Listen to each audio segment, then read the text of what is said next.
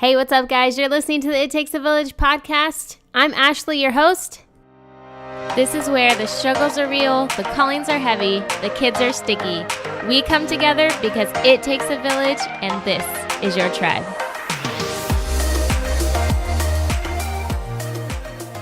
Hey, what's up, guys? Thanks for listening in. Make sure, as always, you rate and review this podcast right now before we get to the juiciness of this episode, because it will help me a lot. Also, if you like what you've been hearing on the It Takes a Village podcast, make sure you hit up patreon.com/It Takes a Village podcast and support us over there.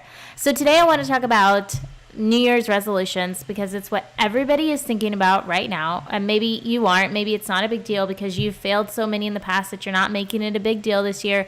Or maybe you haven't had time to think about it. Maybe it's not your jam. But if you are thinking about it, this is what I want to say. You have to have some sort of plan in motion to be successful for your New Year's resolutions. So I'm going to share some things that I've been researching.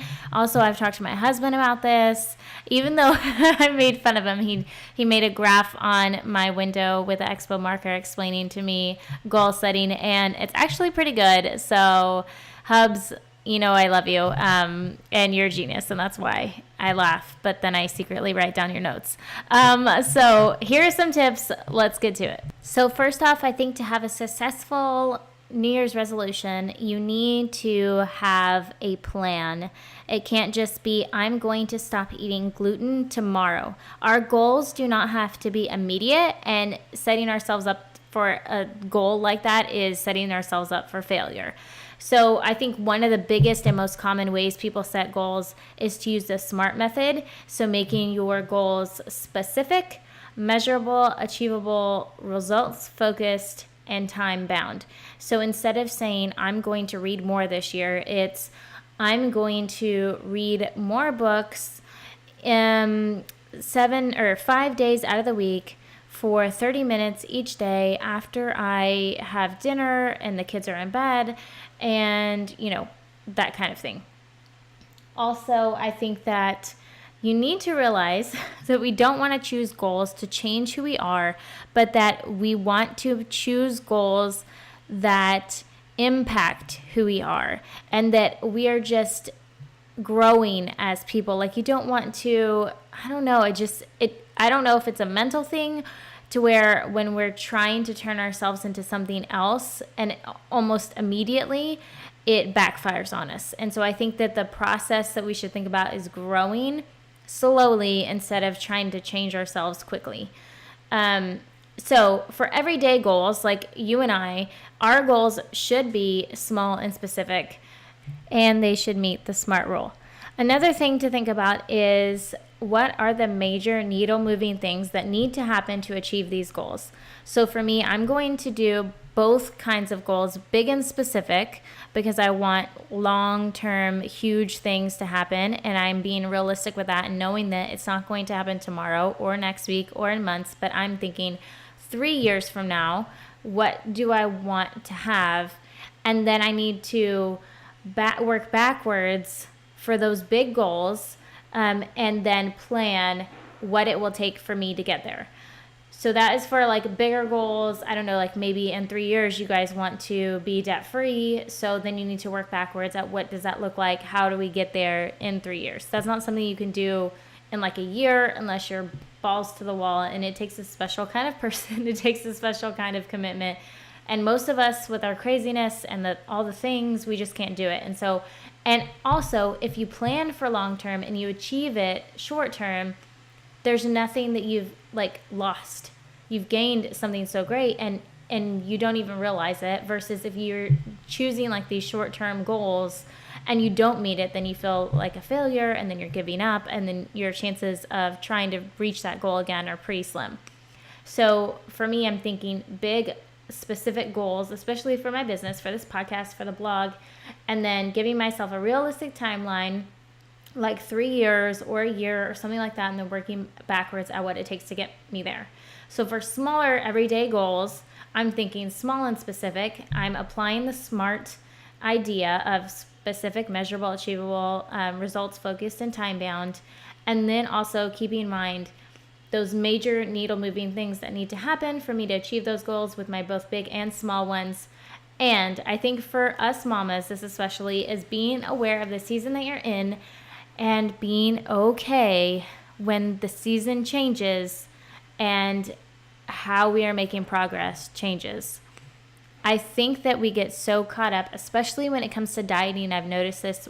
We do it to ourselves all the time. If we fall off the wagon, we get down on ourselves, then we just completely forget about the wagon and we start walking in our bag of potato chips because we don't even care. We feel like we can't hop back on. We feel like once we've completely changed, like we're saying crazy things like, I'm going to stop eating gluten tomorrow, and you've never done it before, and then you eat a bag of potato chips while you're out, and then you feel like you've ruined the whole thing.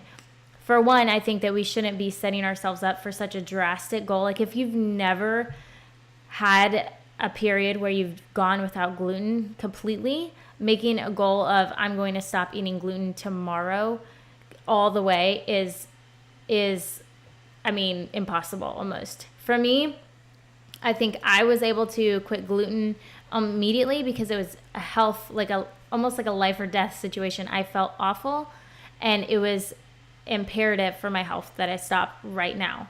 And so to me, I had that extra push behind it. So maybe you will be like that as well, to where if it's a health issue and you need to change it and you can and you're willing to, I was already a healthy person. I already loved all the vegetables. There was really no barrier between me and making that change besides me just making that change.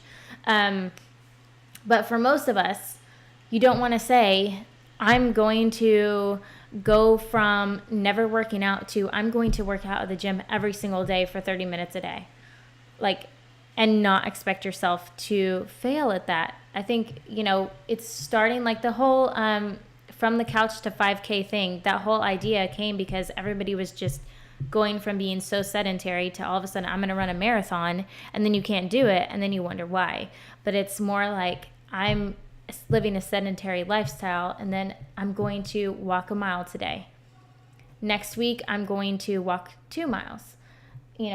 3 weeks from now, I'm going to walk 2 miles, run 1 on different days of the week. It's a slow progression, and it's not about perfection. So let me say that again, because I need that for myself as much as you guys do, that change is gradual and the goal is progress, not perfection. So I hope that is helpful with you guys changing, making your New Year's resolutions. Don't get crazy, be realistic, be specific, and make it a part of who you are. Something you're already in the process of doing. What is something that you really see your life evolving into, and what can go along with that in a complementary way that isn't totally shocking and, going to cause you to stress out more because you're trying to change something that isn't fitting into your lifestyle or who you are as a person. Don't try to change who you are. Just try to better yourself and make goals with that in mind. So I hope you guys have an awesome New Year's Eve. I hope that was helpful. I am going to share some tips on the blog of what I'm doing with my kiddos, what we love to do every New Year's Eve, and what we do throughout the year that you guys might like to do with your family and with yourself. So yeah, just make sure to check that out at theashcarroll.com. Catch you guys next time.